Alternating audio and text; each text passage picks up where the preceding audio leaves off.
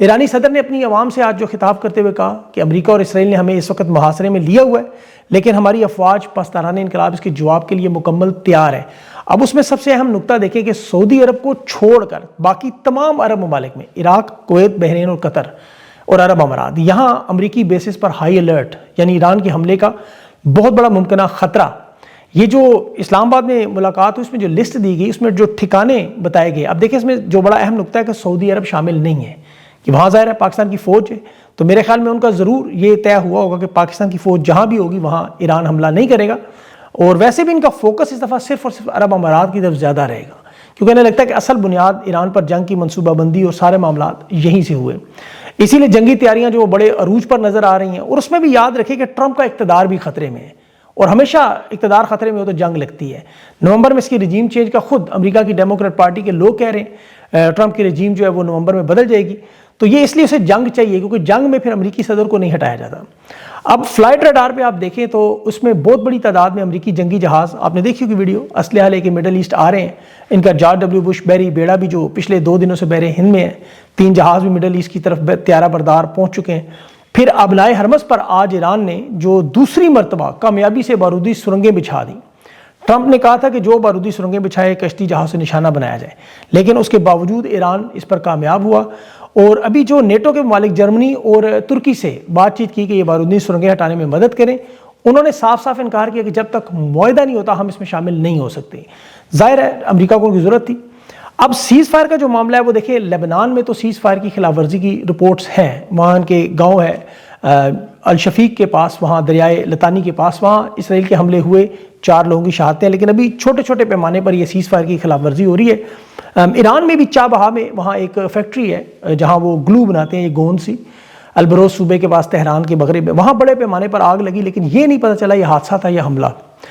اب ایرانی حکومت کا دیکھیں اس وقت موقف جو ہے وہ پوری دنیا میں پیش کرتے ہیں پروفیسر محمد مراندی۔ آپ ان کی گفتگو سنیں، بڑی امپورٹنٹ انہوں نے باتیں کی، پاسداران انقلاب کے اور حکومت کے بڑے قریب بھی ہیں، انٹرنیشنل میڈیا پہ ایران کا فیس ہے، اور ویسے تو جو ایران نے سوشل میڈیا جیسے استعمال کیا میں آگے آپ کو بتاتا ہوں، لیکن یہ جو ان کا ایران کی طرف سے شرائط کی بات ہوئی، اس میں مڈل ایسٹ میں سے امریکہ کو نکالنا بہت ضروری ہے۔ عرب امارات، سعودی عرب، اردن، قطر، کویت سے یہ جب تک یہاں سے نکلیں گے نہیں، یہ معاملہ حل نہیں ہوگا۔ ایران نے جو دیکھیں عرب ممالک پر حملے بھی کیے بے تحاشا، یہ اسی بات کا ثبوت تھا کہ امریکہ کی اس خطے میں موجودگی میں وہ کبھی محفوظ نہیں ہو سکتے۔ ان ملٹری بیسز پر جنگی طیارے، B-52 بمبار، بحری بیڑے یہ گھیرا ڈال کے بیٹھے رہیں گے، اور ایران کبھی بھی اپنے آپ کو محفوظ نہیں سمجھتا۔ یہ چاہے مہینہ ہو، سال ہو، 6 مہینے ہو، اس میں دوبارہ حملہ، دوبارہ قیادت کو شہید کرنا یہ ہو سکتا ہے، اور یہ 2 دفعہ ہو چکا ہے۔ اب امریکہ پر ایران تو براہ راست حملہ کر نہیں سکتا، عرب ممالک جس میں خاص طور پر عرب امارات یہ بار بار ادھر ہی حملوں کی کیوں بات کریں کہ وہاں پانی، بجلی، تیل کی تنصیبات ہیں، انٹرنیٹ ہے، اور یہ کہتے ہیں ہم انہیں کھنڈرات میں بدلیں گے تاکہ یہ دوبارہ اونٹ چرانے پر مجبور ہوں، اور باقی عرب ممالک سے خوفزدہ ہو کہ امریکہ سے خود کہیں بھائی آپ یہاں سے نکلیں۔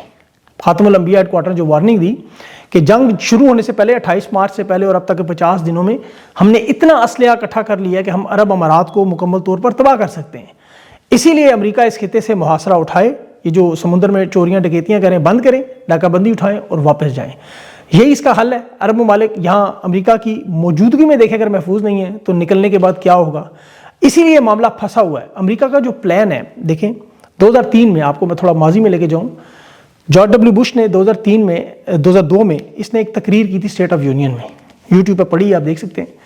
اس نے 3 ممالک کو اس وقت شیطان کا اتحاد تک کہا، عراق، ایران اور شمالی کوریا۔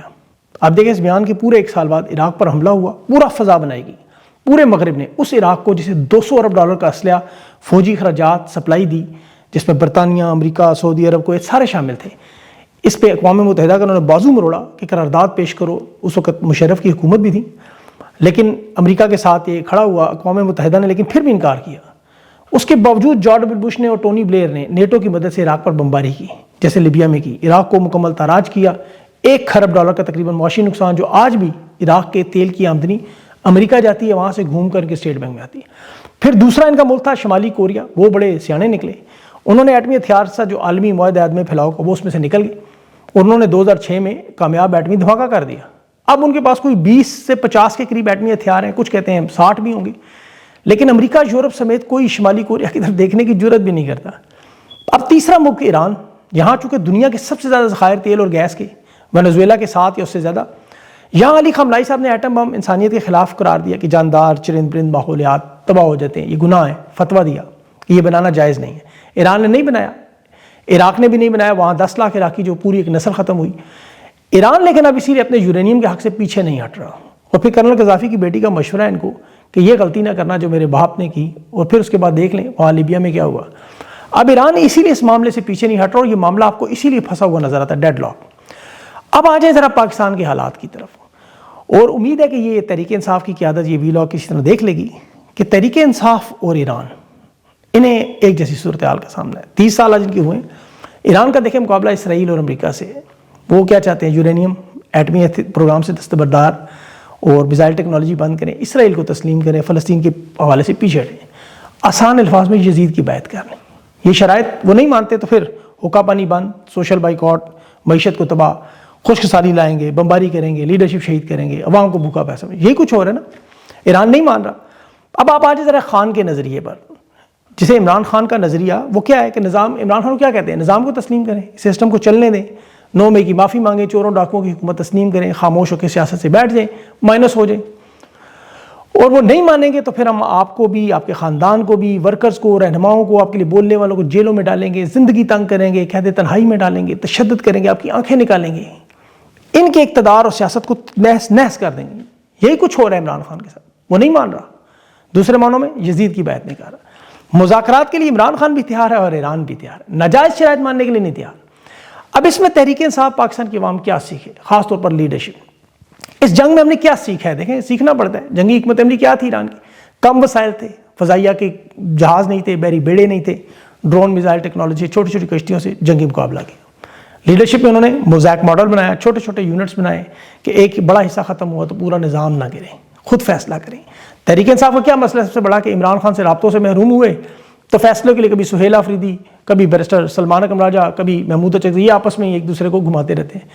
اگر یہ ایسا نظام بناتے کہ چھوٹے چھوٹے یونٹس ان کے بھی خود فیصلہ کرتے ہیں، تحریک کے، رہائی کے، احتجاج کے، بے شک پیغامات عمران خان سے رک بھی جائیں تو پرانے پیغامات کی موجودگی میں بہت کچھ ہو سکتا ہے۔ اب تحریک انصاف کے لوگوں کو دیکھیں، اٹھایا گیا، اغوا کیا گیا، جبر کیا گیا، بالکل جیسے ایران پر معاشی پابندیاں لگیں تو انہوں نے کیا کیا؟ شیڈو اکانومی بنا لی، غیر رسمی مالی نظام بنایا، ڈائریکٹ روٹ سے تیل بیچنے کی بجائے 47 سال میں بارٹر سسٹم نکالا، تیسرے ممالک کے جہاز پکڑ کے دوسرے جہازوں پہ ٹرانسفر کر کے یا چین کو ڈسکاؤنٹ پہ تیل بیچا، درمیانی راستہ نکالا۔ IMF ورلڈ بینک میں نثار نہیں کیا، اپنی صنعتوں کو خود کفیل کیا، جنگی صلاحیتوں کے ساتھ ادویات تک بنائیں۔ ایران کے پیغامات رکے، انہوں نے انٹرنیشنل میڈیا، ابھی دیکھیں کہ سفارت خانوں کا سسٹم آپ نے دیکھا ہے، بیانیہ سازی ہے۔ آپ غور کریں، یہ مذاکرات اسلام آباد ہوں یا جو بھی ہوں، جنوبی افریقہ، بلغاریہ، ممبئی، گھانا، کہاں سے ان کی ایمبیسیوں سے سسٹمیٹک ان کے پیغامات آ رہے ہیں سوشل میڈیا پہ۔ جہاں پابندی ہوتی ہے یہ ڈیسینٹرلائز کمیونیکیشن ماڈل پہ چلاتے ہیں، پیغام ایک طرف سے آتا ہے لیکن جہاں ایک جگہ پابندی ہو تو دوسرے چینل سے شروع ہوتا ہے۔ مطلب پوری ریاستی بیانیہ سازی کی انہوں نے ایک نئی سفارتی نیٹ ورک بنا دیا ہے۔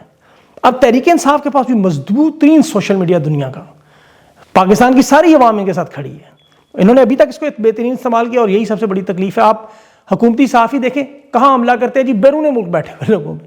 انصار عباسی ایسے مطلب بے شرم لوگ ہیں، عمران خان کی 145 جمعے کی نمازیں بند ہوئی ہیں، 145، اور یہ کہہ رہا ہے جی بیرون ملک بیٹھے ہوئے لوگ کروا رہے ہیں۔ اندازہ کریں۔ بہرحال اب تو سب کچھ کھل گیا۔ اب تحریک انصاف کے جو لوگ 4 سال سے مار کھا رہے ہیں، یہ اسٹیبلشمنٹ کے تمام داؤ پیچ جانتے ہیں، انہیں بڑی اچھی طرح پتہ ہے کہ تحریک کیسے چلتی ہے، انہیں کیسے خود کفیل ہونا ہے۔ انہیں ڈسکریڈٹ کیا گیا لیڈرشپ کو عوام کے سامنے، اعتماد کا رشتہ ختم ہوا، تو یہ سب سے پہلے اعتماد کا رشتہ قائم کریں، عوامی امنگوں پہ چلنا۔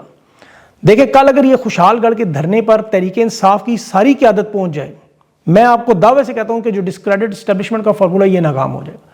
سہیل آفریدی کی جو آج باتیں تھیں نا، پلٹنا جھپٹنا وغیرہ وغیرہ، غلطی کی کوئی گنجائش نہیں، تیار رہیں، بڑے احتجاج کی کال آنے والی ہے، یہ اگر کل اس دھرنے میں موجود ہوں، علیمہ خان اس دھرنے میں، میں آپ کو لکھ کے دیتا ہوں کہ یہ معاملہ پلٹ جائے گا۔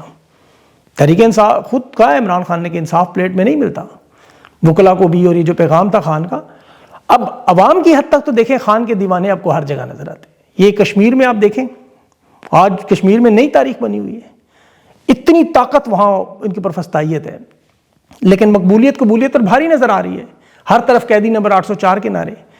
سہیل آفریدی نے عوامی اعتماد میں اسٹریٹ موومنٹ شروع کی تو کشمیر کے لوگ بھی کہہ رہے ہیں کہ اڈیالہ جانے کو ہم تیار ہیں۔ اب تحریک انصاف لیڈرشپ نے انہیں حوصلہ نہیں دیتا، لیکن عوام انہیں حوصلہ دے رہی ہے کہ آپ اعلان کریں ہم آپ کے ساتھ ہیں۔ تو خان کا تو دیکھیں نظریہ یہی ہے کہ چاہے عوام کا ہو، سوشل میڈیا کا ہو، آپ تحریک انصاف کے رہنماؤں سے دیکھیں کوئی دشمنی کسی کی نہیں ہے۔ جو خان کے لیے آواز اٹھاتا ہے، رہائی کی جد و جہد کرتا ہے، جو بھی سسٹم، قانون، آئین اور انصاف کی پرامن لڑائی کرتا ہے، چاہے وہ صحافی فخر رحمان ہو یا سہیل آفریدی، جو درست سمت کھڑا لوگ سر آنکھوں پہ بٹھاتے ہیں۔ سہیل آفریدی دیکھیں نا، احتجاج کا اعلان کیا کہ قربانیاں دیں گے خان کی رہائی کے لیے، لوگوں نے لبیک کہا۔ اب اگر اس مطالبے سے پیچھے ہٹتے ہیں، کوئی بیچ میں واردات ہوتی ہے جو کہ ظاہر ہے آپ کے سامنے کچھ نہ کچھ آ جائے گا، تو پھر وہی حال جو نون لیگ اور پیپلز پارٹی کی طرح یہ بھی نشانے پہ رہوں گے۔ اب آخر میں رہ جاتی ہے اسٹیبلشمنٹ۔ تو دیکھیں ہر محب الوطن پاکستانی انہیں تو مشورہ ہی دے سکتے ہیں کہ طاقت کا جب استعمال ہو، عوامی امنگوں کو دبائیں، جن کا کام سیاست میں نہیں ہے وہ شامل ہوں، تو کیا ہوتا ہے۔ آج کی تازہ ترین مثال یہ افریقہ کا ملک مالی ہے۔ یہاں 2021 میں سویلین حکومت ہٹائی گئی، فوجی کنٹرول لایا گیا، یا ہائبرڈ نظام بنایا، صدر عبوری بنایا گیا فوجی افسر کو، بغاوت اقتدار، انتخابات ختم، حکومت جو بنائی کنٹرول سارا فوج نے لیا، سیاست میں اثر و رسوخ دیا، میڈیا پہ دباؤ، سیاسی جماعتوں پر پابندیاں، سیاسی آزادی ختم، فوج مصروف رہی حکومتیں بنانے میں۔ نتیجہ کیا نکلا؟ معیشت تباہ ہوئی، امن و امان تباہ ہوا، اور دہشت گرد اتنے مضبوط ہو گئے، انہوں نے کنٹرول آج ان کے سب سے بڑے شہر گورنر کے محل پہ کیا۔ وہ تصویریں جو آپ کو نظر آ رہی ہیں یہ سری لنکا، نیپال، بنگلہ دیش، افغانستان سے بھی 4 ہاتھ آگے ہیں۔